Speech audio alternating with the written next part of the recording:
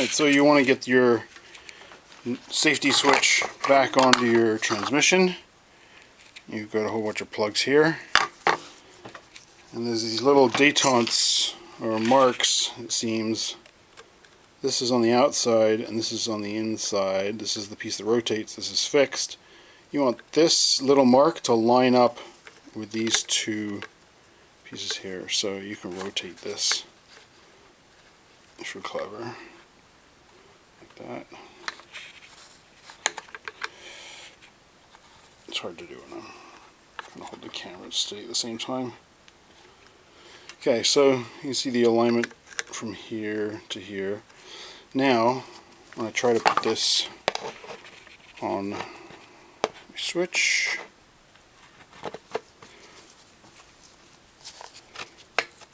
It pretty much falls on there. Voila! No drama. Alright, I'm going to check the pins to make sure I haven't ruined it, taking it off. And I haven't done this before, so I need to check the positions, and I'll get back to you in a second.